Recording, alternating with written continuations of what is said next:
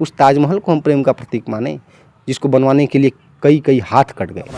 हम प्रेम का प्रतीक उस राम सेतु को तो माने, जिन्होंने भगवान राम ने केवल सीता के लिए बांध दिया था कि एक तुझ में ही जी जाऊं मैं, हर जख्मों को सी जाऊं मैं, तेरे दर्द भरे हर आंसू का कतरा कतरा पी जाऊं मैं। और दुनियादारी की एक बड़ी पंक्तियां है कि हंस हंस कर दर्द को पीने से, हंस हंस कर जख्म को सीने से, मन प्यासा ही रह जाता है, ए नयन जो तुझको ना देखे तो दिल पागल हो जाता है।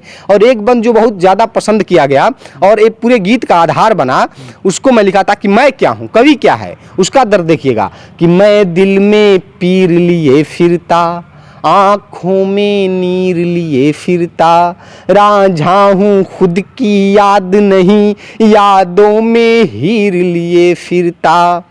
और मैंने जो कहा था कि गोपाल दास नीरज जी ने कहा कि खुशी जिसने खोजी वो धन लेके लौटा, हंसी जिसने खोजी चमन लेके लौटा, मगर प्यार को खोजने जो चलाओ न तन लेके लौटा न मन लेके। तो तन मन जाता कहाँ है, कहाँ चला जाता है। इस पे मैं लिखा था कि तेरी यादों की भटकन में, तेरी यादों की तड़पन में मेरा सुध बुध खो जाता है, ए नयन जो तुझको ना देखे तो दिल पागल हो जाता है, ए नयन जो तुझको ना देखे तो दिल पागल हो जाता है। ऐसे ही गीत है, बहुत सारे गीत लिखा हूं। अच्छा, लोग कहते हैं कि जब दिल टूटता है तो आदमी शायर बन जाता है। जी। तो कहीं आपका भी दिल ऐसा टूटा तो नहीं कि आप भी शायर? ये मैं समझता हूं कि दो चीजें होती हैं। एक ऐसा है कि उसको जिया गया हो, एक तो खुद, और एक बहुत बार ऐसे भी होते हैं कि बहुत सारे लोगों का जो अनुभव रहा है, जो पढ़ा, मतलब जो कवियों ने लिखा है, उसको भी पढ़कर जब मतलब कि रोंगटे खड़े हो जाते हैं, रोमांचित हो जाता है मन, तभी कविताएं निकलती हैं। ऐसा नहीं है कि जरूरी नहीं है कि यही चीजें हो तब भी आदमी लिखे, दोनों चीजें हो सकती हैं। या तो आप खुद जिए हों और खुद गुजरे हों उस दौर से, तो ऐसा नहीं है। हमने भी बहुत सारी चीजें जिया है, देखा है, अनुभव किया है, और बहुत सारी चीजें मैंने अध्ययन करके भी सीखा है। साहित्य की जो प्रेम की पराकाष्ठा रही है, उस चीज को पढ़ के अध्ययन करके भी जाना है उस चीज को, तो दोनों चीजें रही। अच्छा, इस समय जो माहौल है, इस समय अभी चुनाव आने वाला है, जो तमाम तरीके की व्यंग्यात्मक कविताएं लोग कहते हैं, तो उस तरीके की कविता आप नहीं बनाते जो राजनीति पे हो, ऐसे हो? अभी जो है तमाम जो समस्याएं हैं जो अभी मणिपुर में देखा गया, इस तरीके का कुछ कविता? जी, अब ऐसा देखिए, राजनीति अपनी जगह है, कविता अपनी जगह है। ऐसा नहीं है कि कुछ मतलब कि नहीं लिखते। मैं नेताओं पर कुछ लिखे हैं? नहीं, नेताओं पे मैं अभी उतना प्रयास व्यंग का नहीं है। मणिपुर जैसी घटनाओं के मैं मतलब ये जरूर कहना चाहूँगा कि जो लड़कियां हैं, जो महिलाएं हैं, प्रेमचंद जी हमारे बड़े कवि, जो उन्होंने लिखा, कथा सम्राट कहे जाते हैं, उन्होंने लिखा कि महिलाओं में जो वात्सल्य, प्रेम, करुणा, दया होता है उनके अंदर, इसी की वजह से पृथ्वी थमी हुई है, चल रही है पृथ्वी। तो उनको सताना, उनको मतलब कि प्रताड़ित करना, एक तरह से पूरे मतलब कि साहित्य पे चोट है, एक तरह से पूरे समाज पे चोट है। उस पे मैं लिखा था कि लड़कियां इतना कुछ करती हैं, लड़कियां इतना कुछ करती हैं फिर भी सताई जाती हैं, लड़कियां इतना कुछ करती हैं फिर भी सताई जाती हैं, सरकारी नौकरों, जमीनों, दुकानों से ब्याही जाती हैं, और वात्सल्य, प्रेम, करुणा, इन्हीं आभूषणों से थमी है धरती, पर ये धरती कांप जाती होगी जब ये तड़पाई जाती हैं, पर ये धरती कांप जाती होगी जब ये तड़पाई जाती हैं। तो धरती माँ भी सोचती होगी कि क्या हो रहा है, ये अच्छा नहीं है, समाज में मतलब ऐसी चीज़ें नहीं होनी चाहिए, घटित नहीं होनी चाहिए। मन बहुत व्यथित होता है सब चीज़ें सुनकर और देखकर। जी।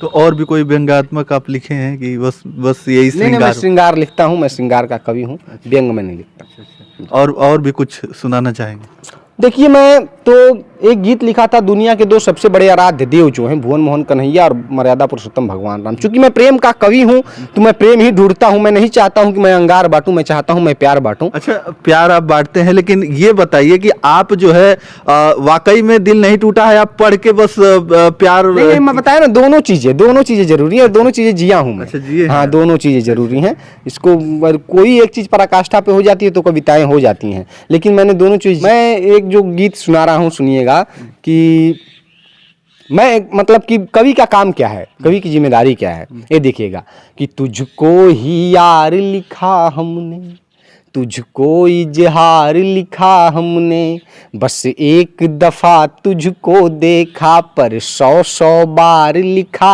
हमने।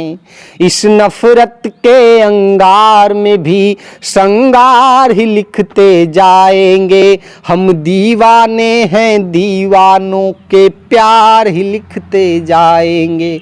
और देखिएगा कि जब चूँकि जन्माष्टमी भी करीब है, आने वाला है, भगवान श्री कृष्ण को मतलब कि जो पाया उसको क्या मिला और भगवान श्री कृष्ण को जो खोया उसको क्या मिला। देखिएगा कि मैं स्वप्न लिखूं उस कान्हा का जिसको राधा ने पाया है, मैं नयन लिखूं उस मीरा का जो झरझर नीर बहाया है। गर प्यार न हो तो फिर ना राधा कान्हा की दीवानी हो, गर प्यार न हो तो फिर ना माँ मीरा की आँख में पानी हो।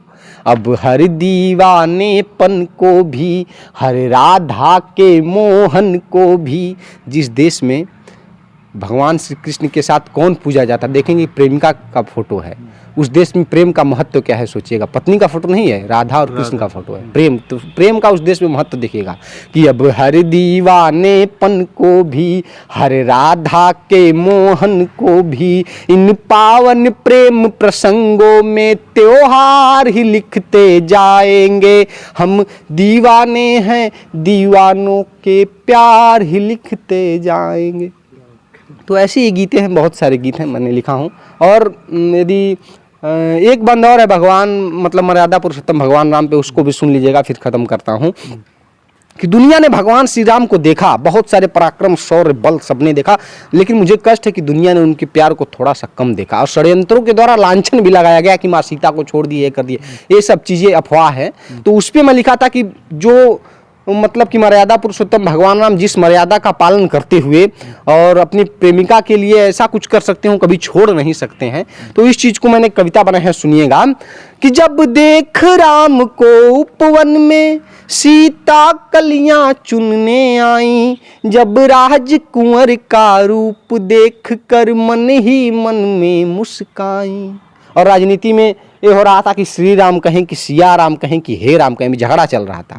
उस पे मैं लिखा था, उन लोग को जवाब भी है एक तरह से कि जब देख राम को उपवन में सीता कलियां चुनने आई, जब राजकुंवर का रूप देख कर मन ही मन में मुस्काई। बस राम लिखूं तो सिया बिना ए राम न पूरा लगता है, बस सिया लिखूं तो राम बिना ए नाम अधूरा लगता है। जो राम से तू बनवा डाले, उस ताजमहल को हम प्रेम का प्रतीक माने, जिसको बनवाने के लिए कई कई हाथ कट गए। हम प्रेम का प्रतीक उस दशरथ माझी के कार्य को मान सकते हैं, जिसने अपनी पत्नी को ठोकर लगने से गिरते देखा और हथछिनी और हथौड़ा उठाकर मतलब कि रास्ता तैयार कर दिया। हम प्रेम का प्रतीक पहाड़ तोड़कर रास्ता बना दिया। हम प्रेम का प्रतीक उस राम सेतु को तो माने, जिन्होंने भगवान राम ने केवल सीता के लिए बांध दिया, राम सेतु बना दिया सागर पे, समुद्र पे। तो देखिएगा कि जो राम सेतु बनवा डाले, बस सिया हेतु बनवा डाले, ऐसे ही प्रेम प्रतीकों को सत्कार ही लिखते जाएंगे, हम दीवाने हैं दीवानों के प्यार ही लिखते जाएंगे।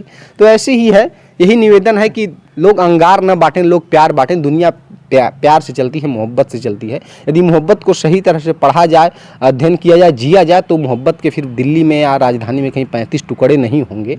हाँ, यदि अंगार ना बांटा जाए, प्यार बांटा जाए, नफरत ना बांटा जाए, तो फिर दुनिया मतलब कि शांति से चल सकती है। जी चलिए, हमारे साथ रमाकांत राही, जो जिनका मानना है कि दुनिया में जो इस देश में प्यार बांटते चलिए, नफरत मत बांटिए, अंगार मत बांटिए। और ये गाजीपुर जिले से बिलोंग करते हैं और गाजीपुर जिले के एक छोटे से गांव में इस समय मैं मनिहारी विकास खंड के अंतर्गत खड़ा हूं और वहीं उनका घर है। और एक छोटे से गांव से आते हैं और पूरे क्षेत्र का ही नहीं, पूरे गाजीपुर जिले का ही नहीं, पूरे उत्तर प्रदेश का नाम रोशन करते हैं। देश के सबसे बड़े इंटरटेनमेंट के मंच पर जाते हैं और अपनी प्रतिभा को इस कदर बिखेरते हैं कि गाजीपुर का नाम जो है लोग बड़े ही गर्व से लेते हैं कि गाजीपुर का ये लाल है।